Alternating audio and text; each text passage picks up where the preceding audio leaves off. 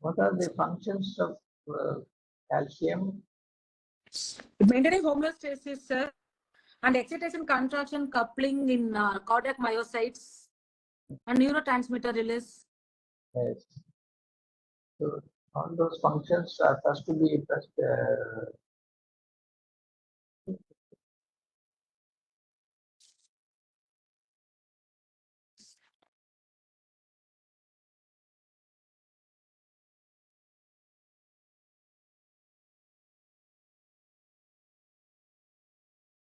role of calcium in coagulation is also very important. That also has to be mentioned.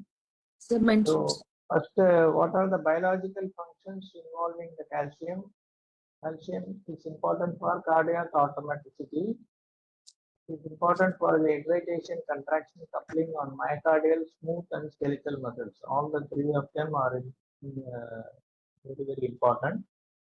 Blood coagulation and hormone secretion, neuronal conduction, that is synaptic transmission, and mitotic division, requires for many enzyme activities, major intracellular messenger needed for normal cellular function.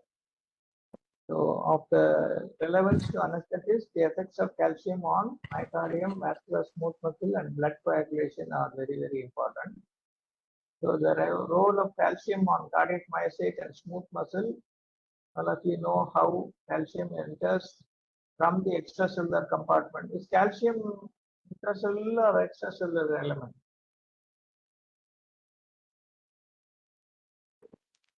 Extracellular elements. It is mainly extracellular, okay? But it has many actions only inside the cell. So it enters the cell through the L-type calcium channels, and then there is a release of calcium from the sarcoplasmic reticulum also. So both will enhance or increase the calcium level in the cytoplasm, and that is the main mode of function to cause majority of the action. So steps in excitation, action potential generated, calcium enters, then calcium induces calcium release from sarcoplasmic reticulum. Calcium binds to troponin C, then that stimulates the active myosin interaction, contraction results. This is the step in the things, and these are the pictorial description of how the smooth muscle contraction and the relaxation happens by the activity of the calcium inside the cell. And the role of calcium in blood coagulation, the negatively charged and the calcium and the negatively charged phospholipid are essential for three final enzymatic pathways. That is conversion of factor 9 to 10, the intrinsic activation of factor 10 by intrinsic pathway, and factor 7, the intrinsic pathway, and conversion of factor 10 on an action of factor 10 on factor 2. These are the three important steps that are happening. So in the intrinsic pathway, calcium is involved in all these stages, where ultimately the factor 10, which has to be converted into activated factor 10. Similarly, factor 7A acting on these lines up to this particular path. Then finally, conversion of prothrombin to thrombin is also important step. So in all these areas, you can see the calcium acting on the various stages of coagulation. And what is its role on platelet function? It increases the concentration of cytoplasmic calcium caused by thromboxane A2 from activated fluid. Then it stimulates actin myosin complex with a contractile response. It changes the shape and release.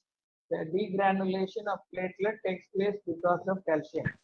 And the whole thing acts like this. And phospholipid isoforms are there. And sarcoplasmic reticulum ATPases are there, which are all the factors for releasing intracellular calcium. And stromal interaction molecule, all these things are the important things that take place in the platelet to cause the action on the coagulation.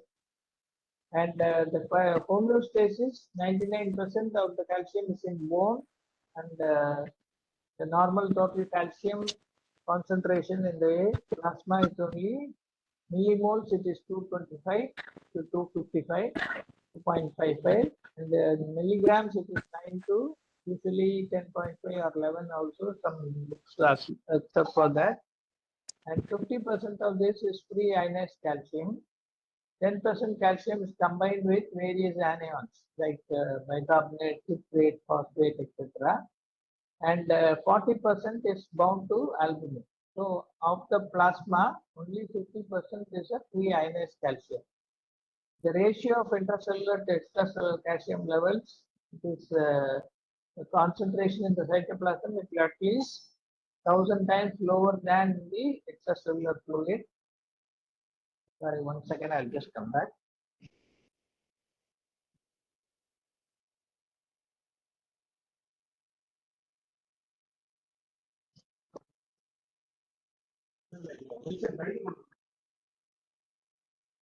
So the is maintained by the low level of cell membrane permeability to calcium. But cells have powerful mechanisms for excluding the calcium out and sequestrating it and buffering the calcium action. So what are the hormones involved in the maintenance are the three hormones: parathormone, calcitrol, and calcitonin. So calcitonin is a hormone to reduce the level of calcium, whereas parathormone and calcitrol help to increase the level of calcium.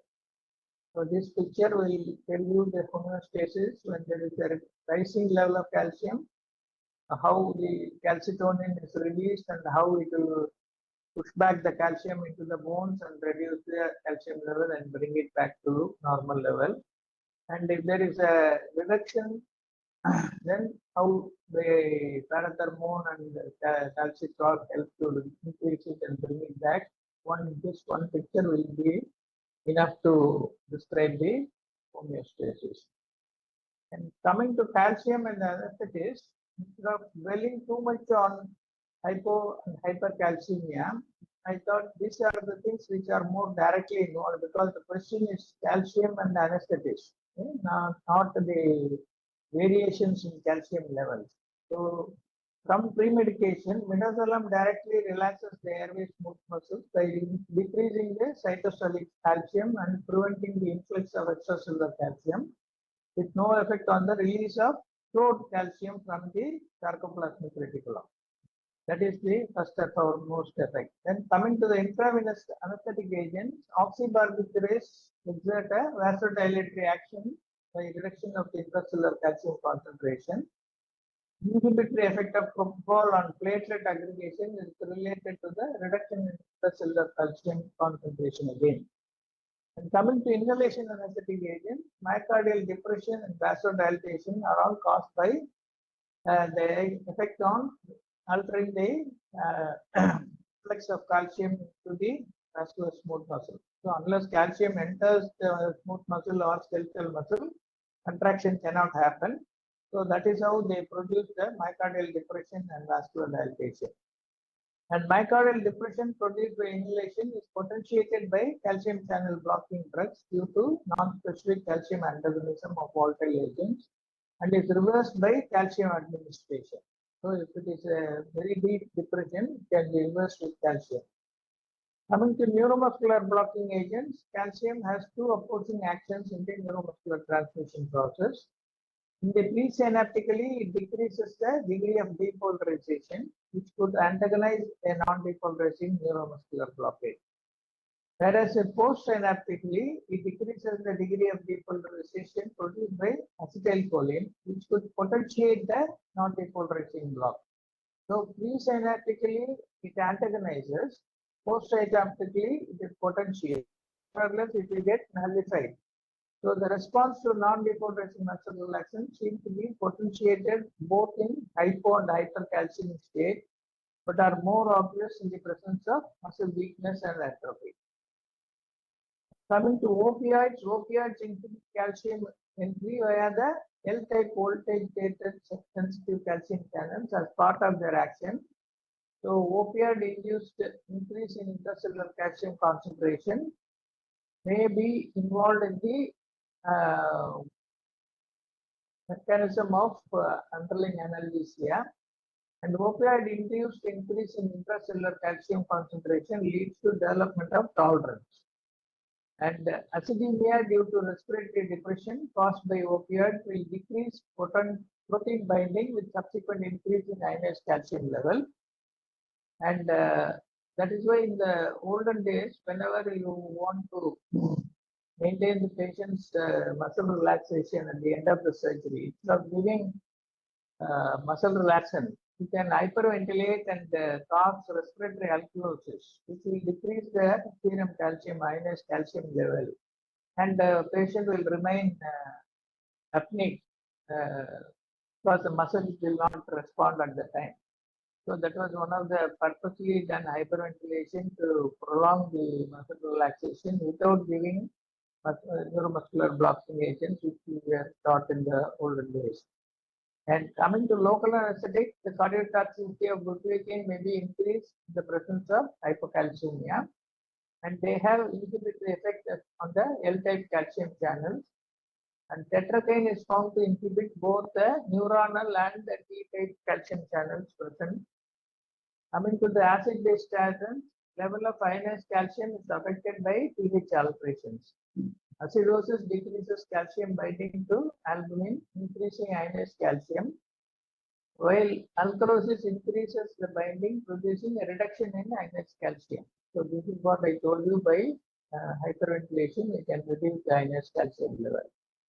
And in cases of massive blood transfusion, rapid transfusion of relatively small volumes of citrate containing blood will cause reduction in serum concentration level.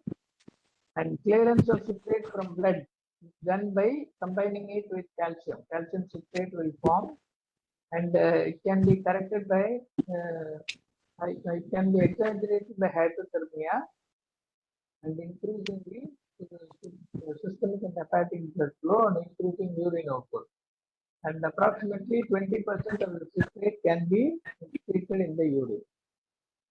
And during cardiopulmonary bypass, large volumes of priming fluid will cause a dilution that will influence the ionized calcium level. And decreased ionized calcium occurs in patients receiving citrated blood as a priming solution. This reduction was greater in patients receiving heparinized blood, because directly large doses of heparin also affect ionized calcium and cardiovascular stability. And levels of ionized calcium should be monitored and corrected to maintain myocardial contractility in cardiopulmonary bypass. So apart from the other routine electrolytes, calcium is the most important electrolyte monitored in open heart surgery patients. And maintenance of anesthesia, you must avoid significant changes in acid-base status due to mechanical ventilation. Avoid massive blood transfusion and use shorter loss of blood if necessary. Blood loss can be reduced by hypotensive anesthetic technique. And measurement and correction of ionized calcium concentration in patients with calcium disorder during cardiopulmonary bypass is very, very important. And calcium and ischemic injury. So implicated in cellular damage produced by ischemia and agents that increase calcium influx and appear to be harmful during and after ischemia, reperfusion, and hypoxia and reoxygenation. And calcium influx during reperfusion may cause myocardial stunning. Causes of hypercalcemia. Now we come to a short description of both the hyper and hypercalcemia. It can be due to increased bone calcium reabsorption, decreased urinary excretion, or increased absorption from gut. So these are the three sources of maintenance of calcium. So calcium can be released from the bone, or it can be prevented, the excretion can be prevented at the kidney, or it can absorb it excessively from the, or increasingly from the gut. So only these three mechanisms can alter that. Clinical conditions which can cause all these things are calcium reabsorption can happen in primary hyperparathyroidism, malignancy, pseudohyperparathyroidism, renal failure, etc. And they can be decreased in urinary calcium excretion can happen due to decreased excretion in familial hypercalcemic hypocalciuria. I say diuretics can cause. And Increased absorption from that can happen in granulomatous diseases or Mills-Alcali syndrome or vitamin D intoxication. So these are the three different sources by which all these things can happen. Signs and symptoms, of course, each and every system is affected by hypercalcemia. In the gastrointestinal, you have nausea, vomiting, constipation. Neurologically, you have lethargy, muscle weakness, cardiovascular hypertension, renal polyuria, polydipsia, etc., blood thrombosis, psychiatric anxiety, dementia. And how to treat hypercalcemia? First, rehydration with intravenous saline, mobilization and important steps. Then forced saline diuresis using large volumes of isotonic saline, that 5 to 10 ml 10 liters per day with the furosemide 40 to 100 milligrams every 2 hours in severe cases. And bisphosphonates intravenous can be given to send back the calcium to the bones. So these are the various types of treatment that are available depending upon the values of hypercalcemia. Similarly, causes of hypocalcemia, the various causes have been mentioned. In treatment of hypocalcemia, again depends on the values of calcium, either with calcium gluconate and vitamin D in the long term to correct the consistent hypocalcemic levels. So I think this way of presentation will give a better answer than dealing too much with your hyper and hypercalcemic state alone. Yes, sir. So that will be. Do you agree or not? Yes, sir. Great, sir. So that way we can have a complete elimination of various stages of anesthesia, from pre-medication to usage of all the drugs and techniques like cardiopulmonary bypass. Everywhere how calcium is coming into use will be a better way to answer for this particular question. If it is just calcium homeostasis, then you can deal more on hyper and hypocalcemia. But when the question is calcium and anesthetic, I thought this will be a better presentation than just dealing too much with hypo and hyper. Okay? Yes, sir. Thank you, sir.